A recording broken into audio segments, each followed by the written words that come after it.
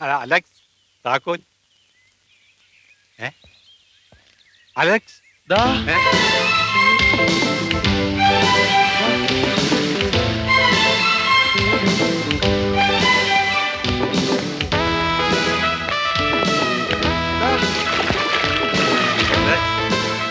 താക്കോൽ. Alex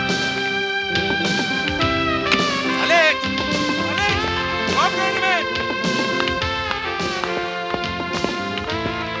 Excuse me. Yes. Oh, sorry. Hi. Hi.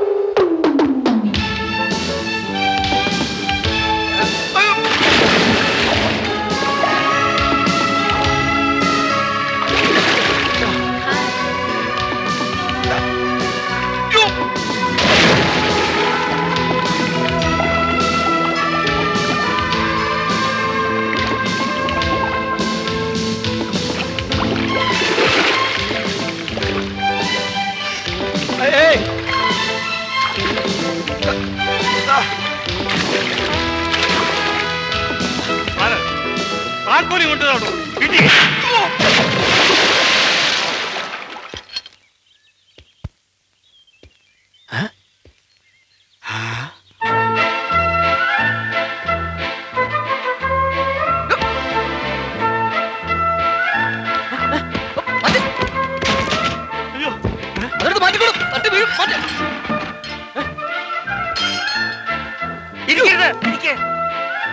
Alex കുട്ടി, ഞാൻ കണ്ടു.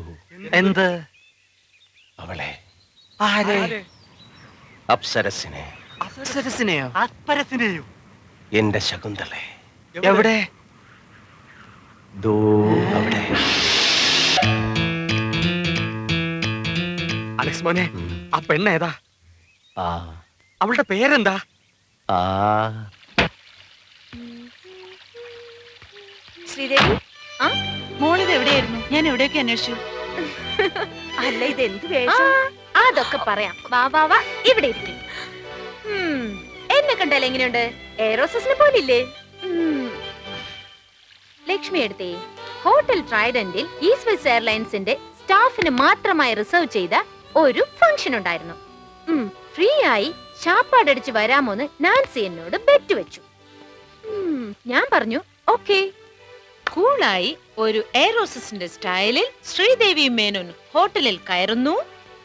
ഫുഡും കഴിച്ച് അസലൊരു കുളിയും കുളിച്ചിങ്ങി പോരുന്നു. ബെറ്റ് എമൗണ്ട് ദാ 1 പവൻ. എങ്ങനെയുണ്ട്? നന്നായിട്ടുണ്ട്.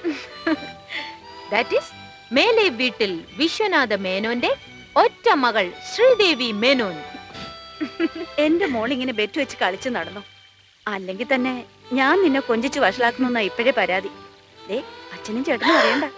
അച്ഛൻ പോയില്ല, കുളിക്കാൻ കേറിയിട്ടേ ഉള്ളൂ. എന്നാ പിന്നെ പേടിക്കണ്ട.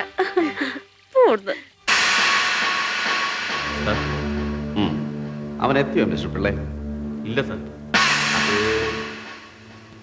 ഞാനാണ് വിളിക്കുന്നതെന്ന് പറഞ്ഞില്ലേ? പറഞ്ഞു. പക്ഷേ തൊഴിലാളികളുടെ പ്രശ്നങ്ങൾ വീട്ടിൽ നിന്ന് പറയേണ്ടതല്ല, അത് മീറ്റിംഗിൽ ഡിസ്കസ് ചെയ്തോളാമെന്ന്. നമ്മുടെ പഴയ ഡ്രൈവർ ശങ്കരൻ നായരുടെ മകൻ ചന്ദ്രനല്ലേ അവൻ? അതെ സർ. വിഷ്ണുവിനെ വിളിക്കേ.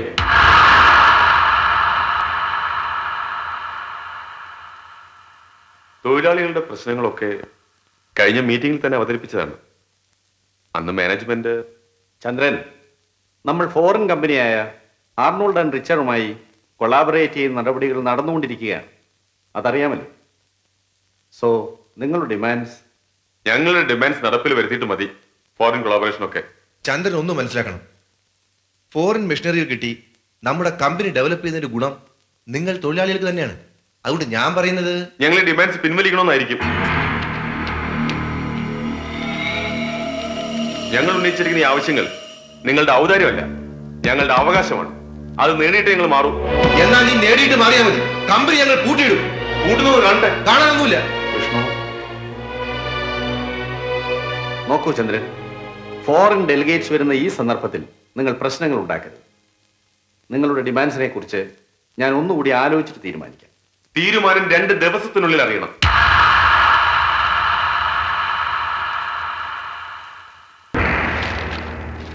അപ്പോ 2 ദിവസത്തിനുള്ളിൽ വിശ്വനാഥമേനോന്റെ തീരുമാനം അറിയാം അല്ലേ ചന്ദ്ര? അതെ. ഫോറിൻ ഡെലിഗേറ്റ്സ് നാളെ എത്തും. അതെ sir.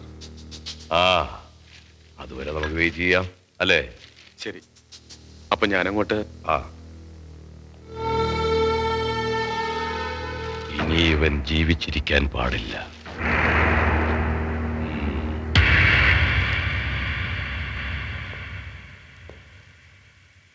Mr. Frank, meet my family friend, Mr. Ravindra Nair, Inspector General of Police. Nice to meet you. Hello.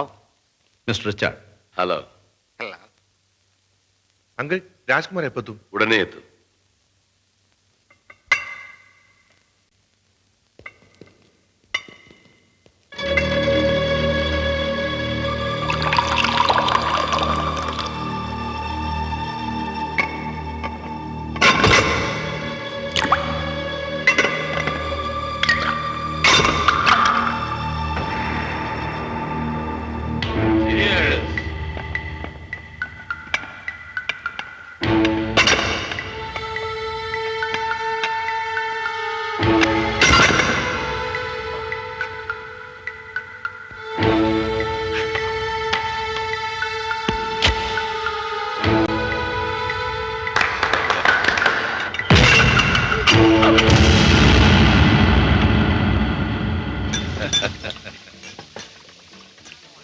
ആ, അല്ല മേനോ ചേട്ടാ, നമ്മുടെ പിള്ളേരുടെ കാര്യം ഉടനെ നടത്തണ്ടേ?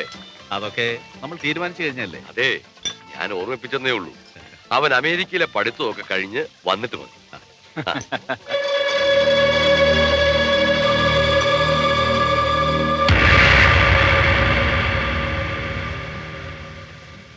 ഹായ്. Good evening uncle. മോളെ. ഹലോ. ഹലോ. കുമാർ എപ്പോഴാണ് അമേരിക്ക പോകുന്നത്? അടുത്ത ആഴ്ച. മോളെ, കുമാറിനെ കണ്ടില്ലേ? ഹലോ. ഹലോ. അമേരിക്ക പോവാ കുമാർ അടുത്ത ആഴ്ച. തിരിച്ചു വന്നാൽ ഉടൻ.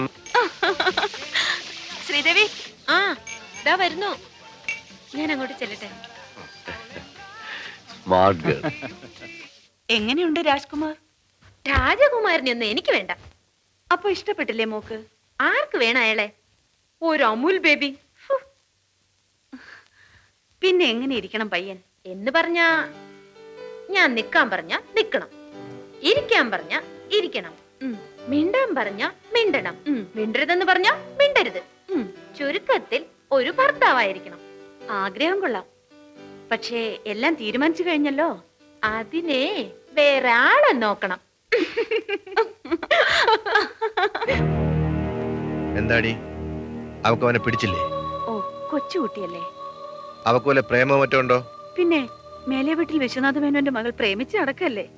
അല്ല, അഥവാ ആരെങ്കിലും അവളെ കയറി പ്രേമിച്ചാലും അവന്റെ അന്ത്യമാ.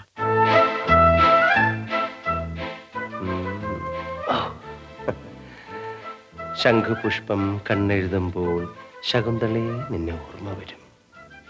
അവിടെ ഇരിക്ക. മോട്ടോർ മെക്കാനിക്കുകളുടെ ലോകത്തെ ദുഷന്ത മഹാരാജാവായ എന്റെ മനം കവർന്ന ശകുന്തളെ, നിന്റെ പേരെന്താണ്? ആരുടെ പേരാ ചാച്ചനെ രാവിലെ അറിയേണ്ടത്? ആരുടെ ഇല്ല പേരോ? എന്ത് പേര്? ആ. ഇന്നെന്താ വർക്ക്ഷോപ്പിലൊന്നും പോകുന്നില്ല? ഓണം. ഇതെന്താ ചാച്ചാ? ഏത്? ഇത്. യോ, എന്റെ കർച്ചീഫ്. ഇത് പെണ്ണുങ്ങളുടെ സ്കാർഫല്ലേ? നല്ല സ്കാർഫ്. കുറച്ച് നാളെ ഇതുപോലെ ഒന്ന് വാങ്ങണമെന്ന് ഞാൻ വിചാരിക്കുന്നു. ഈ ചാച്ചാൻ എന്തിനാ പെണ്ണുങ്ങളുടെ സ്കാർഫ്? പെണ്ണുങ്ങൾക്ക് മാത്രമേ കേട്ടാവുള്ളൂ. ആരും പറഞ്ഞു ആണുങ്ങൾക്ക് കേട്ടാ? സത്യം പറയ് ചാച്ചാ, ഇതാരുടെയാ? പൊടി അവിടുന്ന്, അവളുടെ ഒരു കിന്നാരം. ആഹാ, അപ്പൊ അത് ശരി. അമ്മേ, നിനക്കിപ്പോ എന്താ വേണ്ട? ഒരു സ്കാർഫ് അത്രയല്ലേ ഉള്ളൂ? ഞാൻ തരാം. 100 രൂപ വേണ്ട, പോയി സ്കാർഫ് വാങ്ങിച്ചു. Sam Alexander. മോളെ, പിന്നെ സ്കാർഫ് കെട്ടുന്നതൊക്കെ കൊള്ളാം, കാറ്റത്ത് പറന്ന പോലെ കേട്ടോ. ഓ, ആരോടും പോയി പറയരുതീ കഥ മാനേ, പുള്ളിമാനേ.